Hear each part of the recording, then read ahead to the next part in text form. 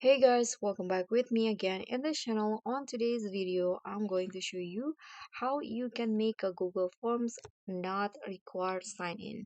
So in here, I'm going to create a new form which is not requiring sign in for the respondent. So first you can just click on let's say I'm going to just create a blank form.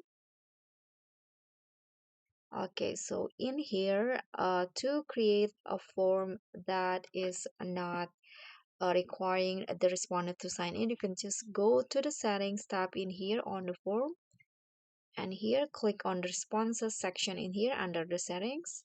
Click on the drop down, and you need to make sure that these two options is currently on do not collect. So the collect email addresses, you need to make sure that it is on these settings, because if you use verified, so the respondents will be required to sign in. So let's just leave it as it is, do not collect. And also the require sign in here, this is obvious because if you enable this, respondent also will need to sign in. So turn this off. So after that, you can just click on send after you're done creating the form.